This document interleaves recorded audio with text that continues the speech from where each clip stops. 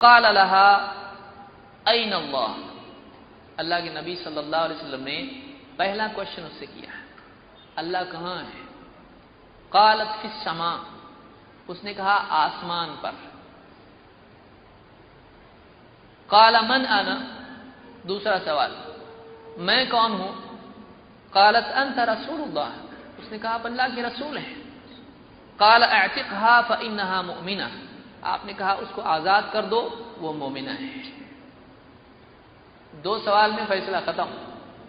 قصہ مختصر، اس زمانے میں یہ پہچان تھی کہ صحیح عقیدے والا، ایمان والا یہ کہتا تھا اللہ آسمان پر ہے، لیکن آج مسلمانوں میں بہت سارے برے عقائد کے ساتھ میں ایک عقیدہ یہ بھی آ گیا ہے کہ آج مسلمان سے آپ پوچھیں اللہ کہاں ہے، پہلے تو چونکے گئے کیا پوچھ رہا ہے، لیکن اگر وہ سوال کو سمجھے کہ واقعی پوچھ رہا ہے اللہ کہاں ہے تو وہ تعجب سے کہے تیرے کو نہیں معلوم۔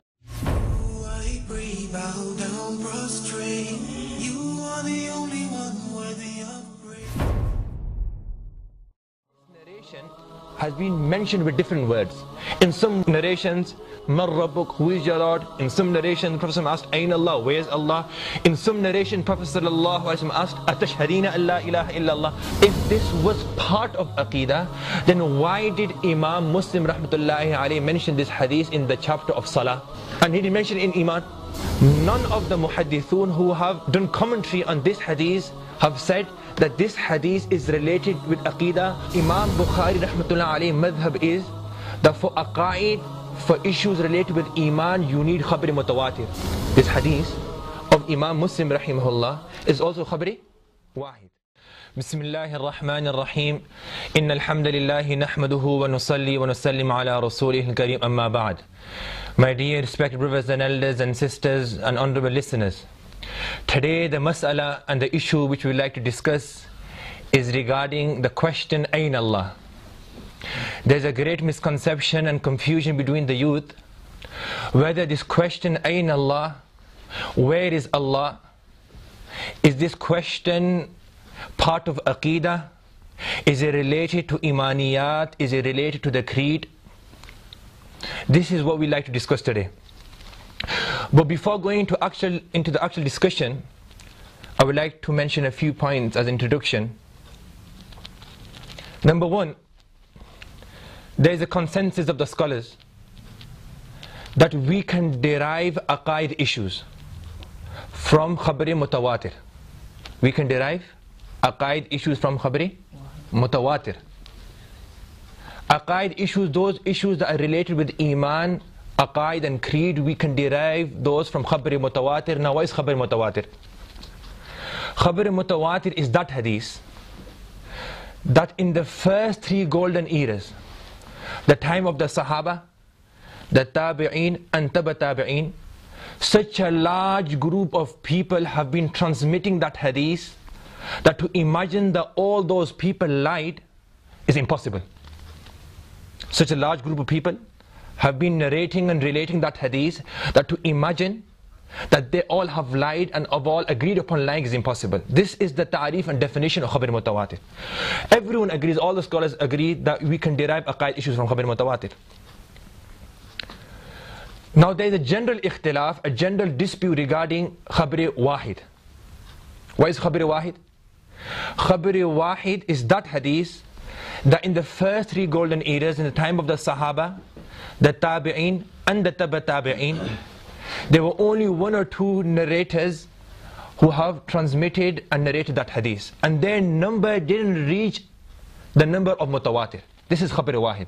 Now there's a general ikhtilaf, a disagreement amongst the scholars, that whether we can derive aqaid issues related with Iman from khabr wahid.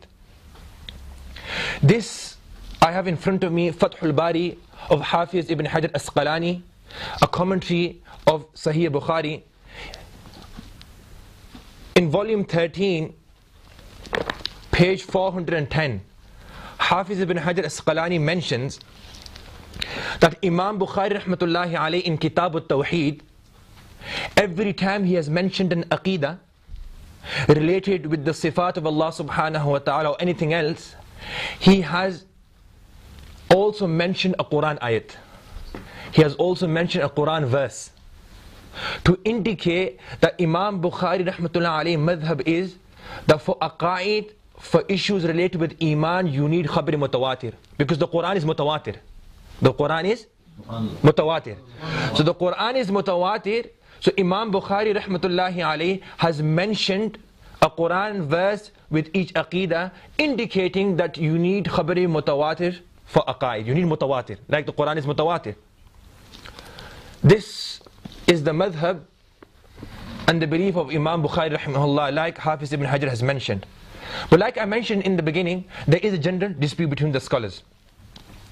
Now we would like to analyze the hadith where this question of Ain Allah is. When the Prophet sallallahu alaihi wasallam asked the slave girl that where is Allah, she said Fis sama, that Allah subhanahu wa ta'ala is in the skies. Then the Prophet sallallahu alaihi wasallam replied, A'tiqha, free the slave girl, fa innaha mu'mina, for indeed she is a believer. Now this hadith has come with different words, and many scholars of hadith have given different interpretations. This I have Muwatta Imam Malik in front of me, the book of hadith written and compiled by the great scholar Amirul Mu'mineen fil Hadith, Imam Dar al-Hijra, Malik bin Anas rahimahullah. He has mentioned on page 540 a narration when the Prophet sallallahu alaihi wasallam asked the slave girl, Ain Allah? She replied, Fis sama. Then the Prophet sallallahu alaihi wasallam asked, Man ana, who am I? She then replied, Anta Rasulullah, that you are the Prophet of Allah. Then the Prophet sallallahu alaihi wasallam said, A'tiqha, the free the slave girl. Now this is one narration Imam Malik has mentioned. The second narration that he has mentioned is with different wordings. In this narration, the second narration, the Prophet sallallahu alaihi wasallam didn't ask the slave girl that where is Allah. Rather he asked, Atashhadina an la ilaha illallah, that did you give witness that there is no God but Allah? She replied, Na'am, yes. Then the Prophet sallallahu alaihi wasallam ordered the Sahabi to free the slave girl. So in Muwatta Imam Malik there are two narrations. One narration is with Ain Allah, the where is Allah. The second narration is with Atashhadina an la ilaha illallah, do you give witness? So this is one variation of the narration in Muwatta Imam Malik. Similarly, in Nail al-Awtar by Imam Shawkani rahimahullah, this I have volume number 5 and 6 in front of me. He has mentioned the different narrations related to this slave girl. In one narration reported by Imam Ahmad bin Hanbal and Imam Nasa'i rahimahullah, that the Prophet sallallahu alaihi wasallam asked, Man Rabbuk, that who is your Lord? Man Rabbuk, who is your Lord? Not Ain Allah, where is Allah? Similarly, in volume number 7 and 8 by Imam Shawkani rahimahullah in Nail al-Awtar, he's mentioned a different narration that the Prophet sallallahu alaihi wasallam, when he asked the girl, the slave girl, Ain Allah, where is Allah? She pointed at the sky, فَأَشَارَتْ إِلَى السَّمَاءِ. She pointed at the sky and she never said Fis sama, that Allah is in the skies. Rather she said, she just pointed like this towards the sky. So khair, khulasa kalam is that this narration has been mentioned with different words. In some narrations, Prophet sallallahu alaihi wasallam asked, Man Rabbuk, who is your Lord? In some narration, the Prophet asked, Ain Allah, where is Allah? In some narration, Prophet sallallahu alaihi wasallam asked, Atashhadina an la ilaha illallah. So there are many narrations. The most authentic narration, where there is no ittirab, there is no difference of word, and we can give tarjih and preference to this narration over all the narrations, is the narration reported by Imam Muslim rahimahullah in his Sahih. This is the most authentic narration. But we have to remember that this hadith is also khabari wahid. This hadith of Imam Muslim rahimahullah is also khabari wahid. It's not a khabari mutawatir. This hadith is khabari wahid. Imam Muslim rahmatullah alayhi has mentioned this hadith. Now this I have in front of me, Imam Muslim rahmatullah alayhi Sahih. On page 372, he has mentioned this narration where the Prophet sallallahu alaihi wasallam, he asked the slave girl, sorry, it was on page 204, where the Prophet sallallahu alaihi wasallam asked the slave girl, where is Allah? And she replied, قالت في السماء, that Allah subhanahu wa ta'ala is in the skies. The first thing I would like to emphasize here, that none of the scholars, none of the muhaddithun who have done commentary on this hadith have said that this hadith is related with aqidah or this hadith is related with iman. None of the muhaddithun. This Imam Nawawi rahmatullah alayh, one of the best commentaries written on Sahih Muslim, he has mentioned one interpretation of this hadith. Many muhaddithun, the likes of Allama Aini and others, have also given commentary. I will inshallah further on give their quotes. Imam Nawawi rahmatullah alayhi mentions that كان المراد امتحانها, that the Prophet sallallahu alayhi wasallam wanted to take an exam of this slave girl. هل هي موحدة? Is she a true believer? Does she acknowledge in the oneness of Allah subhanahu wa ta'ala? That Allah, إذا دعاه الداعي, that when a da'i, a caller, supplicates to Allah, he faces the sky. Just like a musalli, a person who reads salah, he faces the qibla and the Kaaba. This doesn't mean that Allah subhanahu wa ta'ala is restricted inside the sky or His place is inside the sky. Just like it doesn't mean when a person reads salah towards the Kaaba that Allah subhanahu wa ta'ala's makan and place is inside the Kaaba. So Prophet sallallahu alaihi wasallam wanted to know this. Is she a believer? Is she one of those people who calls to Allah? Or is she one of those people who worships the idols of the land, the idols of the earth? To differentiate between these two things, whether she calls to Allah or whether she calls to the idols of the earth, Prophet sallallahu alaihi wasallam asked this question, Ayn Allah? This is Imam Nawawi rahmatullah's interpretation. Balki, the great Qadi Iyad al-Maliki rahimahullah, authority for the muhaddithun, even Imam Nawawi rahmatullah alayhi in many masail, he resorts and quotes Imam Qadi Iyad. He has transmitted and mentioned an ijma', a consensus, and saying la khilafa bayn al-muslimin, that there is no dispute between the Muslims. قاطبة فقيههم ومحدثهم ومتكلمهم ونظارهم ومقلدهم. There is no dispute between the jurists, between the muhaddithun, between the debaters, between the followers of the four schools of thought, that all those verses and all those ahadith where is mentioned that Allah subhanahu wa ta'ala is in the sky are not taken, they all have agreed that they're not taken literally. Balki muta'awwala, they are all interpreted in the jami'ihim according to everybody. Qadi Iyad has mentioned an ijma' inside the commentary of Sahih Muslim. So this is Imam Muslim rahmatullahi's commentary and Qadi Iyad's ijma' related to this hadith of Ayn Allah. Imam Qadi Iyad also mentions, this I have in front of him, Mirqat, a commentary of Mishkat. In here, Mullah Ali Qari rahmatullahi mentions regarding this hadith, and he's mentioned a quotation of Qadi Iyad. The Qadi Iyad mentions, Lam yurid bihi su'al anil makan. When the Prophet sallallahu alaihi wasallam asked the question, where is Allah? Where is Allah? His intention was not to find out and to know the place of Allah. Why? فَإِنَّهُ مُنَزَّهْ عَنْ, because Allah subhanahu wa ta'ala is freed from a place. Allah subhanahu wa ta'ala is the creator of makan. He is khaliqul makan. He is not in need of makan and place. Just like كَمَا هُوَ مُنَزَّهْ عَنِ الزَّمَانِ, just like Allah subhanahu wa ta'ala is free of from time. Madi, hal, mustaqbil. The past, the present, the future is all one in front of Allah subhanahu wa ta'ala.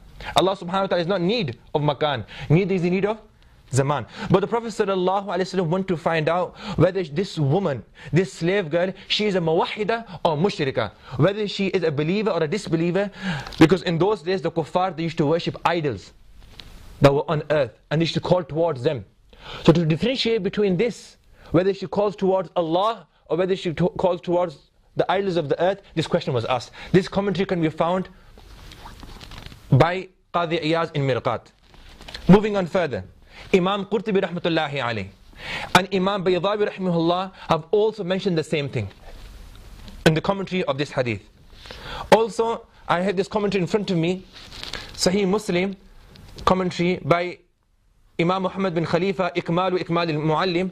In here he has also mentioned the same thing on page 438, volume number 2. the same explanation like in the commentary of Imam Nawawi and the commentary by Qadi Iyad and Mullah Ali Qari. Moving on further. So now I'll give you a few quotations of big muhaddithun like Imam Nawawi, Qadi Iyad, Mullah Ali Qari, Imam Qurtubi, Imam Baydawi. This hadith has also come in Abu Dawud Sharif. Abu Dawud.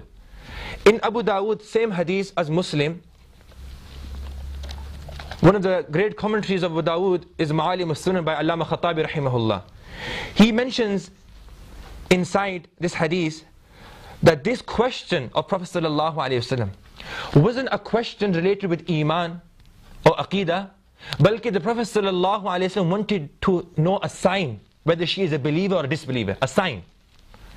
Then he gives dalail. He gives dalail. Allama Khattabi, that if a person came to us, a kafir, a disbeliever, he came to us and he wanted to accept Islam. And if he only said Allah is in the skies, will he become a Muslim?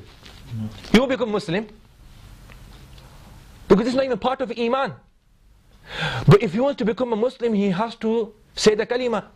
He has to give shahada of La ilaha illallah Muhammadur Rasulullah. Only then he will become a Muslim. So this is also a dalil that this question is got nothing to do with Iman, nothing to do with Aqidah. That's why the Prophet ﷺ also said, Umirtu an uqatil an-nas, that I've been ordered to fight people hatta yaqulu, until they give witness Allah ilaha illallah, there is no God apart from Allah. That's what Iman is. The Prophet ﷺ, when he was asked by Jibreel alayhi salam, what is Iman? And the Prophet ﷺ give the definition of Iman in Hadith E Jaria, very famous hadith. He didn't mention where is Allah. Then Imam Khattabi rahimahullah further mentions another example. It's like a man and woman. They're inside a house together. And we ask the man, who is this woman? We ask the man, who is this woman? The man replies, this is my wife. And the wife confirms that yes, this person, this man is my husband. Upon them saying this, we will say, chalo, theek hai, you are husband and wives. And we will further do tahqiq. And we will ask for evidence that bring the witness for your nikah or bring the mahr that you've given, you will ask. But if two strangers came to us, a man and a woman, and wanted their nikah done, we have to go through the whole procedure. We need gawah, we need witness, we need the ta'ayyun, the fixing of the mahr. Just by the woman saying or the man saying this is my wife and the wife saying this is my husband, the nikah will not be contracted. So this is also a dalil that the question Ayn Allah is nothing to do with Aqidah, nothing to do with Iman. Imam Badruddin Al-Aini rahimahullah, who also has written a commentary on Abu Dawud, part of it, he has also mentioned the same explanation in his commentary. Now, what is the conclusion, my brothers?